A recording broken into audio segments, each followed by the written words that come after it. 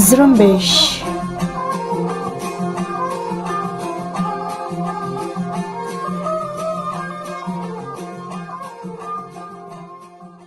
یہ ریڈیو زرمبش اردو کی آواز ہے۔ آج بدھ 19 مئی اور سال 2021 ہے، اور میں ہوں آپ کا میزبان دوست مراد بلوچ۔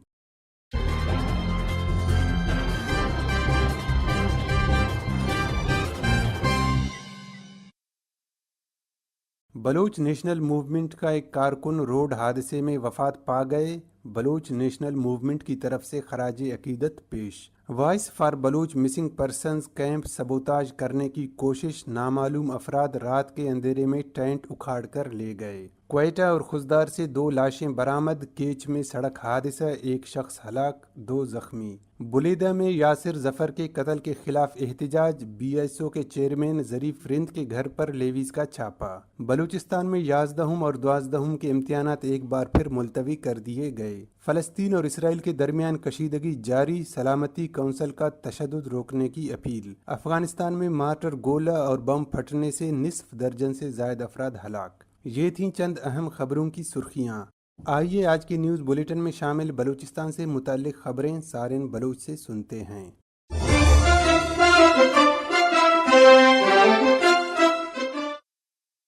بلوچ نیشنل موومنٹ کے ترجمان نے گوادر میں ایک مہلک روڈ حادثے میں وفات پائے جانے والے افراد کے لواحقین سے ہمدردی کا اظہار کرتے ہوئے کہا ہے کہ اس حادثے میں وفات پانے والوں میں پارٹی کے ممبر مجیب فقیر محمد بھی شامل تھے۔ بی این ایم ترجمان کے مطابق اس المناک حادثے میں پارٹی کارکن مجیب فقیر محمد کی والدہ محترمہ بھی وفات پا گئی ہیں۔ بی این ایم اس مشکل گھڑی میں لواحقین کے غم میں برابر کی شریک ہے۔ بی این ایم ترجمان نے مزید کہا کہ مجیب فقیر محمد کا تعلق دشت پنودی سے تھا۔ وہ گزشتہ کئی سالوں سے پارٹی سے وابستہ تھے اور انتہائی ایمانداری، جرات اور بہادری و استقلال کے ساتھ اپنے فرائض نبھا رہے تھے۔ ان کی حادثاتی شہادت سے قومی تحریک ایک انتہائی متحرک اور بہادر فرزند سے محروم ہوئی ہے۔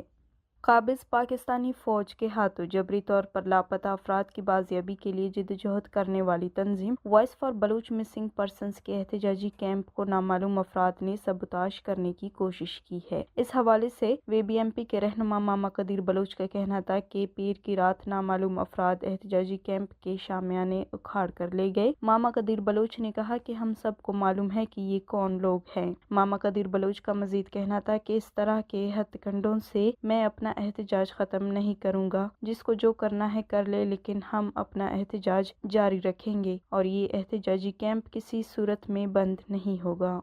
کیچ کے علاقے مند سے قابض پاکستانی فوج نے عید کے دن اپنی جارحانہ کارروائیوں کے دوران عبداللطیف ولد ولیداد نامی ایک شخص کو حراست میں لینے کے بعد جبری لاپتہ کیا تھا، جسے زخمی حالت میں تربت ہسپتال میں دیکھا گیا ہے۔ عبداللطیف کے لواحقین نے بتایا ہے کہ عبداللطیف ایک چرواہا ہے جسے فوجی اہلکاروں نے حراست بعد تشدد کا نشانہ بنایا اور اب وہ زخمی حالت میں تربت کے ہسپتال میں زیر علاج ہے۔ اہل خانہ نے اس کی حوالگی کا مطالبہ کیا ہے، لیکن فوجی حکام زخمی حالت میں بھی اسے تحویل میں رکھنے پر بضد ہیں اور فوجی نگرانی میں اس کا علاج کیا جا رہا ہے۔ ذرائع نے خبر دی ہے کہ زخمی ہونے کے باوجود فوجی اہلکار عبداللطیف کو رہا کرنے پر آمادہ نہیں اور نہ ہی ان پر لگائے گئے الزامات کی وضاحت کی جا رہی ہے۔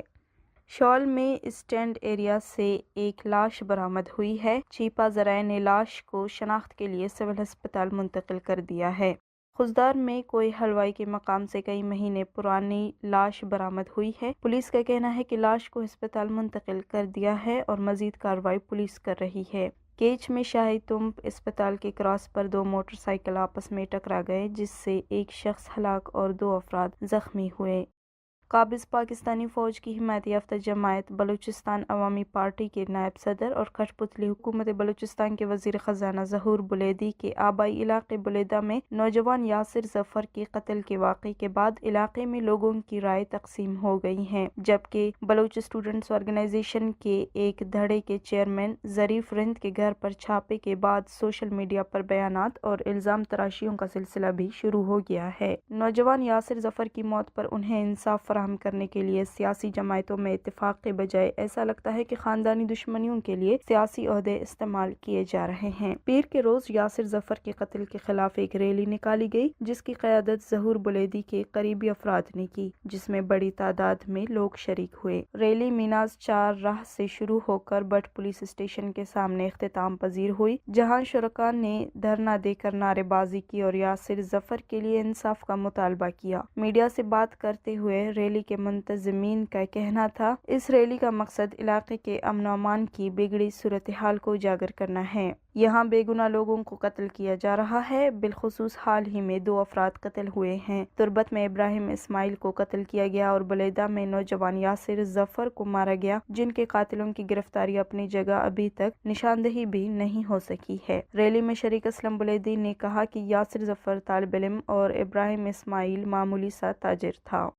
بلوچستان حکومت کے ناراض اراکین اور کٹھ پتلی وزیر اعلیٰ بلوچستان جام کمال خان کے درمیان اختلافات شدت اختیار کر گئے ہیں، جس کے بعد اسپیکر عبدالقدوس بزنجہ اور دیگر ناراض وزراء نے آئندہ چند دنوں میں مستعفی ہونے کی مشاورت مکمل کر لی ہے، جس کا حتمی فیصلہ شال میں 1-2 روز میں کیا جائے گا، جبکہ ناراض ارکان نے آنے والے بجٹ کا حصہ بھی نہ بننے پر اتفاق کر لیا ہے۔ کٹھ پتلی بلوچستان حکومت کے ناراض اراکین کے قریب ذرائع کے مطابق ناراض ارکان اور وزیر اعلیٰ کے درمیان خلیج اس قدر بڑھ چکی ہے کہ اب تعلقات بہتر ہونے کے امکانات نہ ہونے کے برابر ہیں۔ ناراض اراکین میں قدوس بزنجہ، صالح محمد بہتانی، وزیر خزانہ ظہور بلیدی اور پی ٹی آئی کے پارلیمانی لیڈر یار محمد رند بھی شامل ہیں۔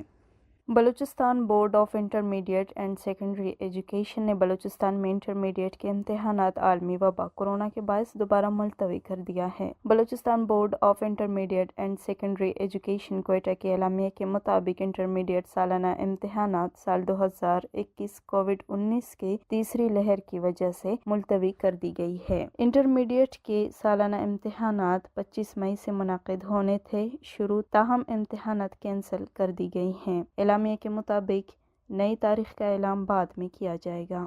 بلوچستان میں لس بیلا اور گوادر سے منتخب کٹھ پتلی رکن پاکستان اسمبلی اسلم بہتانی نے کہا ہے کہ کٹھ پتلی وزیر اعلیٰ بلوچستان جام کمال گوادر یونیورسٹی کی مخالفت کر رہا ہے۔ انہوں نے کہا، سال 2018 اور سال 2019 میں بلوچستان اسمبلی یونیورسٹی ایکٹ پاس کر چکا ہے، لیکن تاحال وائس چانسلر کی تقرری نہیں کیا گیا ہے، جس کی وجہ سے یونیورسٹی کے قیام میں رکاوٹیں حائل ہیں، جبکہ صوبائی حکومت گوادر یونیورسٹی کے قیام کی مخالفت کر رہا ہے۔ اسلم بہتانی نے پاکستان کے وفاقی وزیر تعلیم شفقت محمود کو بھی اس حوالے سے آگاہ کیا ہے، جس پر شفقت محمود نے یقین دہانی کرائی ہے کہ یونیورسٹی کے قیام کے لیے صوبائی سطح پر حائل رکاوٹوں کو دور کرنے کے لیے صوبائی حکومت سے رابطہ کیا جائے گا۔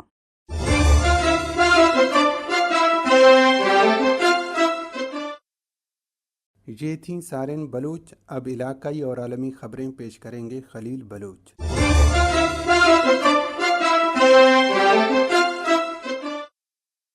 اسرائیل اور فلسطین میں کشیدگی برقرار ہے، جہاں اسرائیلی طیاروں نے منگل کی صبح ایک بار پھر غزہ کی پٹی کے وسطی علاقے پر بمباری کی ہے۔ اطلاعات کے مطابق اسرائیلی جنگی طیاروں اور جنگی کشتیوں نے پیر کی شام سے منگل تک غزہ کی پٹی کے مختلف علاقوں پر 60 سے زیادہ حملے کیے۔ ان حملوں میں حماس تنظیم کے زیر انتظام حکومتی مراکز، تنظیم کی قیادت کے کالی گھروں، فلسطینی گروپوں کے ٹھکانوں، زرعی اراضی اور سڑکوں کو نشانہ بنایا گیا۔ اسرائیلی فوج نے غزہ کی پٹی پر بمباری کے دوران اسلامی جہاد کے رہنما عصام ابو عربید کو ایک میزائل سے نشانہ بنا کر کئی ساتھیوں سمیت قتل کر دیا ہے، جبکہ اسرائیلی فوج کی طرف سے کہا گیا ہے کہ operation Guardian of the Walls کے شروع ہونے سے لے کر اب تک حماس اور اسلامک جہاد کے 160 اراکین مارے گئے ہیں۔ دوسری طرف فلسطینی شہروں میں طبی ذمہ داران نے بتایا ہے کہ گزشتہ ہفتے لڑائی کے آغاز سے اب تک اسرائیلی حملوں میں ہلاک ہونے والے فلسطینیوں کی تعداد 220 کے قریب پہنچ چکی ہے، جبکہ راکٹ حملوں میں اسرائیل میں 2 بچوں سمیت 10 افراد مارے گئے ہیں۔ لندن میں قائم بچوں کے حقوق کے لیے کام کرنے والے غیر سرکاری بین الاقوامی تنظیم سیو دا چلڈرن نے ایک بیان میں کہا ہے کہ غزہ میں 14 مئی کو اسرائیلی حملوں کے آغاز کے بعد سے ہر گھنٹے میں 3 بچے زخمی ہو رہے ہیں۔ فلسطین کی صورتحال پر بلائے گئے اقوام متحدہ کی سلامتی کونسل کے ہنگامی اجلاس میں شریک تمام اراکین نے اسرائیل پر زور دیا ہے کہ مقبوضہ علاقے میں آبادیاتی اور علاقائی تبدیلیاں نہ کرے۔ سلامتی کونسل کے اراکین نے فلسطینیوں کے لیے بین الاقوامی تسلیم شدہ شرط کے ساتھ آزاد ریاست والے 2 ریاستی حل کی ضرورت پر زور دیا ہے، جبکہ امریکی صدر جو بائیڈن کی انتظامیہ نے $735 ملین کا مخصوص اسلحہ اسرائیل کو فروخت کرنے کی منظوری دی ہے۔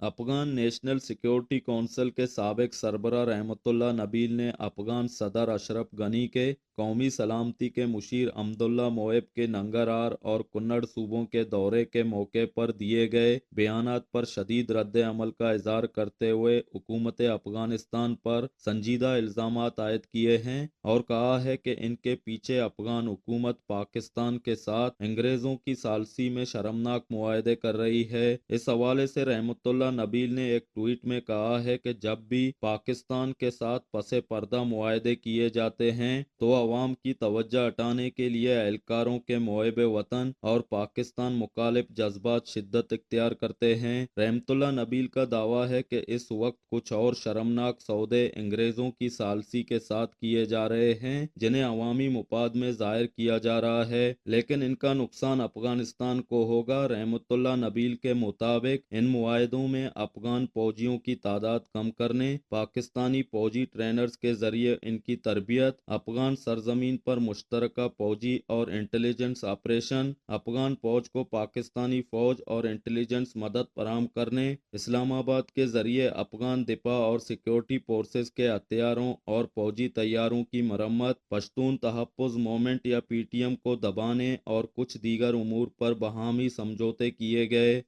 پاکستان کے وفاقی حکومت نے مالی سال 2021 کے دوران صوبائی حکومتوں سے این ایف سی ایوارڈ کے حصے میں سے 153 ارب روپے کی کٹوتی کا فیصلہ کیا ہے۔ پاکستان کے وفاقی حکومت کے مطابق مجموعی ریونیو کا تخمینہ 6,574 ارب روپے سے کم کر کے 6,381 ارب روپے کر دیا ہے۔ اسی طرح وفاق کے ریونیو میں سے 193 ارب روپے کا شارٹ فال کا خدشہ ظاہر کیا گیا ہے۔ اسی وجہ سے موجودہ مالی سال میں صوبوں کو فراہم کیے جانے والی وفاقی ٹیکسوں کا حصہ 2,874 ارب روپے سے کم کر کے 2,721 ارب روپے کر دیا ہے اور صوبوں کے حصے پر 153 ارب روپے کا کٹ لگا دیا گیا ہے۔ افغانستان کے صوبہ لوگر میں ایک گھر پر مارٹر گولہ گرنے اور غزنی میں سڑک کنارے بم پھٹنے کے 2 الگ واقعات میں ایک ہی خاندان کے 3 افراد سمیت 8 افغان شہری ہلاک اور 8 دیگر زخمی ہو گئے ہیں۔ ہلاک اور زخمیوں میں خواتین اور بچے بھی شامل ہیں۔ افغان میڈیا کے مطابق افغان صوبہ لوگر کے ضلع بارکی بارک میں ایک گھر پر مارٹر گولہ آ کر گرا جس کے نتیجے میں خواتین اور بچوں سمیت ایک ہی خاندان کے 3 افراد لقمہ اجل بن گئے جبکہ 6 دیگر شدید زخمی ہو گئے۔ دوسری طرف غزنی کے ضلع خواجہ عمری میں سڑک کنارے بم پھٹنے کے باعث 4 افغان شہری ہلاک اور 2 دیگر زخمی ہو گئے۔ سمندری طوفان تاوتے بھارتی ریاست گجرات کے ساحلی علاقوں سے ٹکرا گیا ہے جس سے بھارت کی مغربی ریاستوں میں اب تک 16 افراد ہلاک ہو گئے ہیں اور درجنوں کشتیاں لاپتہ ہیں۔ بھارتی میڈیا کے مطابق ساحلی ریاستوں مہاراشٹر، گوا اور گجرات سے طوفان سے پہلے 2 لاکھ افراد کو محفوظ مقامات پر منتقل کر دیا گیا ہے۔ دوسری طرف ماہرین تاوتے کو گزشتہ 20 برسوں میں آنے والا سب سے طاقتور طوفان قرار دے رہے ہیں۔ دوسری طرف پاکستان کے ڈائریکٹر محکمہ موسمیات نے بتایا ہے کہ بھارتی گجرات میں طوفان تاوتے اب ڈپریشن کی صورت میں موجود ہے جس سے پاکستان کے کسی حصے میں کوئی خطرہ نہیں ہے۔